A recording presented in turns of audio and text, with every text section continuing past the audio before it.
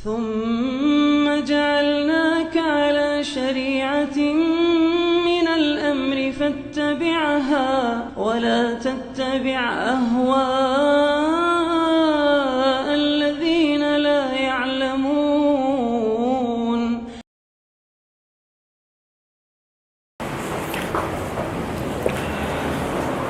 Benarkah bahwa hadis tentang keharaman musik adalah cacat?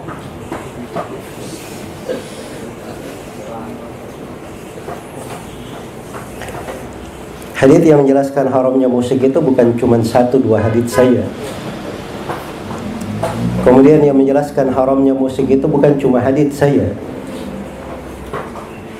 Ada ayat Al-Quran.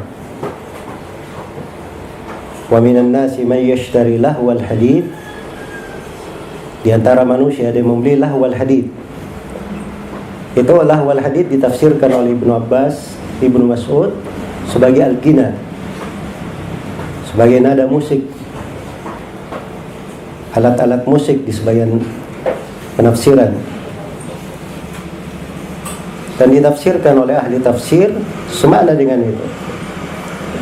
Dan dimaklumi bahwa tafsir sahabat sebagaimana yang diterangkan oleh Al-Hakim di Ulumul Hadith dan selainnya, itu posisinya seperti hadith dari Nabi sallallahu alaihi wasallam. Iya. Yaitu ayat Al-Quran yang menjelaskan tentang keharamannya. Karena itu dari kejahilan sebagian manusia untuk membolehkan musik, dia berpegang dengan pendapat sebagian ulama yang melemahkan sebagian hadis. Jadi saya katakan sebagian hadis. Iya. Dan itu pun ucapan yang melemahkannya tidak diterima oleh para ulama dari masa ke masa dan menyelisihi para ulama sebelumnya. Itu datang dari ijtihad seorang alim di Maroko sana, di Andalus, Maghrib, Al-Imam Abu Muhammad Ibn Hazm rahimahullahu ta'ala. Beliau keliru memahami hadits riwayat Al-Bukhari. Disangkanya riwayat Al-Bukhari itu terputus, padahal riwayat Al-Bukhari itu tidak terputus.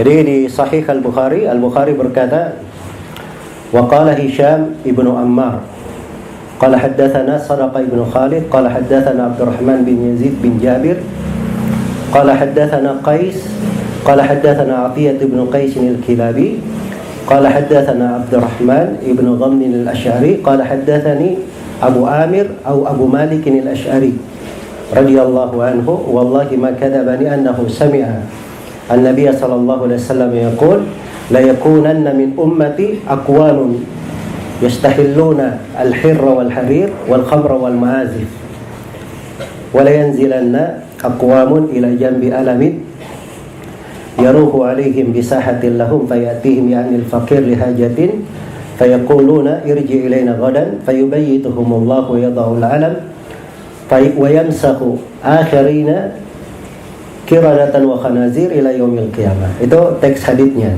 secara lengkap di Sahih Al-Bukhari.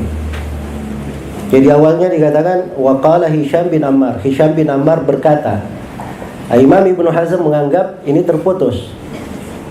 Iya. Dan itu keliru. Itu keliru dari Ibnu Hazm rahimahullahu taala. Sebab Hisham bin Ammar itu dari guru Al-Bukhari. Al-Bukhari berjumpa langsung dengannya, mengambil ilmu darinya. Iya. Jadi kalau seorang murid berkata, guruku berkata begini, itu apa yang dipahami? Bersambung atau tidak? Bersambung, orang memahami seperti itu. Iya. Nah itu terbukti dari riwayat-riwayat yang lain. Ya. Karena itu Abu Bakar Al-Ismaili di dalam mustakhratnya meriwayatkan hadits ini dan beliau bawakan dengan sanad yang bersambung. Dan diriwayatkan oleh imam yang lainnya juga dengan sanad yang bersambung pada Hisham bin Ammar. Ya, maka tidak ada keterputusan di situ. Tidak ada keterputusan di situ. Selain daripada itu, Ibnu Hazm rahimahullahu taala itu beliau bukan orang yang diandalkan terkait dengan cacat hadits dan mengenal nama-nama rawi. Sampai Ibnu Hazm itu beliau luput sebagian nama rawi yang tersohor. Seperti Imam Tirmidzi. Ada yang tidak kenal Imam Tirmidzi di sini? Semuanya kenal kan? Ibnu Hazm mengatakan At-Tirmidzi itu majhul, tidak dikenal. Karena buku Imam Tirmidzi belum sampai kepada beliau. Beliau jauh di Andalus. Padahal Imam Tirmidzi, Abu Isa Muhammad bin Isa bin Sawra At-Tirmidzi, tidak ada yang tidak mengenalnya dari orang-orang yang mempelajari ilmu hadits belakangan ini. Iya. Maka ini dari ucapan Ibnu Hazm rahimahullah tidak diterima. Selain daripada itu, hadits ini telah disahihkan oleh Al-Bukhari, Abu Bakar Al-Ismaili, Ibnu Hibban, Al-Hafidh Al-Iraqi, kemudian Al-Hafidh Ibnu Rajab, Ibnu Hajar, sebelumnya gurunya Ibnu Al-Mulakkin. Ya. Dan kalau dihitung nama-nama para ulama yang menguatkannya banyak sekali. Ya. Karena itu orang yang menolak hadits ini dengan mengambil satu ucapan Ibnu Hazm dan meninggalkan belasan ulama yang menguatkannya, yang mensahihkannya dari imam ahli hadits yang memang ahlinya dan bidangnya di situ. Ini hal yang tidak masuk akal. Dia tinggalkan ucapan para ulama ahli hadits, kemudian diambil ucapan satu orang dari alim yang keliru di dalam hal tersebut. Iya. Itu bukan cara berpikir yang bagus. Dan ini diikuti oleh sebagian orang-orang belakangan seperti Yusuf Al-Qardawi. Ya, dan Yusuf Al-Qardawi ini dia bisa saja hadits-hadits apa saja kalau dia tidak cocok dia bisa lemahkan. Yusuf Al-Qardawi. Ya. Masyaallah alafiyah. Dari perkara-perkara besar saja di tengah kaum muslimin, dari membolehkan pemberontakan, kudeta, itu semuanya madhabnya Yusuf Al-Qardawi. Ya. Di pemilu Israel itu ketika Perdana Menteri Israel Benyamin siapa itu? Ya. Menang 99,99%.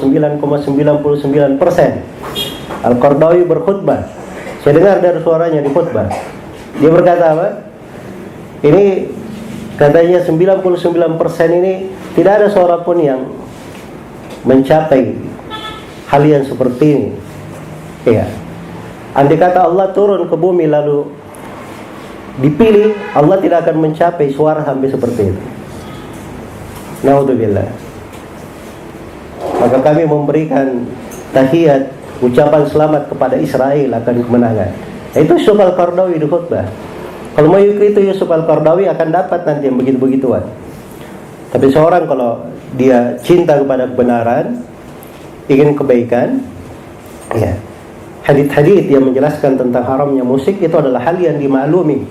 Selain daripada itu, dinukil kesepakatan Imam 4. Semuanya sepakat tentang haramnya musik, alat-alat musik. Iya. Dan sebagian ulama menukil kesepakatan ulama keseluruhan, seperti Abu Bakar Al-Ajurri dan selainnya. Karena memang tidak ada yang menyelisih kecuali orang belakangan saja. Kecuali orang-orang belakangan. Karena itu ini dari masalah bukan dikatakan, oh ini ada dua pendapat, boleh ikut ini, boleh ikut itu. Tidak. Ini masalah dalilnya jelas. Iya, apalagi melemahkan hadis di Sahih Bukhari itu bukan sembarangan. Sahih Bukhari ini rujukan umat Islam. Iya. Yang menghafal dan mempelajari Sahih Al-Bukhari itu seluruh ulama ahli hadis yang datang setelahnya mengetahui Sahih Al-Bukhari. Jadi kalau para imam hadis tidak ada yang berbicara tentang hadits Ammar, Hisham bin Ammar itu artinya hadits itu dianggap syah oleh seluruh ulama yang datang setelah Al-Bukhari. Karena tidak ada di buku-buku yang mengkritik Al-Bukhari. Ada buku-buku mengkritik Bukhari seperti buku Ad-Daraqutni, Abu Mas'ud Ad-Dimashqi, ya, Abu Ali Al-Jayyani dan sebagainya. Dan tidak ada seorang pun yang mengkritik hadits itu di kalangan para ulama ahli hadits tersebut. Maka semoga Allah Subhanahu wa taala memberikan hidayah kepada saudara-saudara kita kaum muslimin yang keliru di dalam jalan ini. Musik itu, naudzubillah, banyak sekali kerusakan-kerusakan di dalamnya. Dan seperti yang dikatakan oleh Imam Malik, tidak ada yang melakukan dari musik atau memperdengarkan alat-alat musik itu kecuali orang fasik di sisi kami di sini. Imam Malik rahimahullah. Dan sebagaimana yang dikatakan oleh Syafi'i bahwa musik itu akan menumbuhkan kemunafikan di dalam hati. Akan menumbuhkan kemunafikan di dalam hati. Dan lihat saja, orang-orang seperti Yusuf Al-Qaradawi yang membolehkan musik, nanti bolehkan ini, ujung-ujungnya dia akan membolehkan hal-hal yang lebih besar daripada itu. Iya. Hal-hal yang lebih jelas keharamannya di dalam agama. Semoga Allah Subhanahu wa taala memberikan taufik kepada semuanya. Wallahu taala a'lam.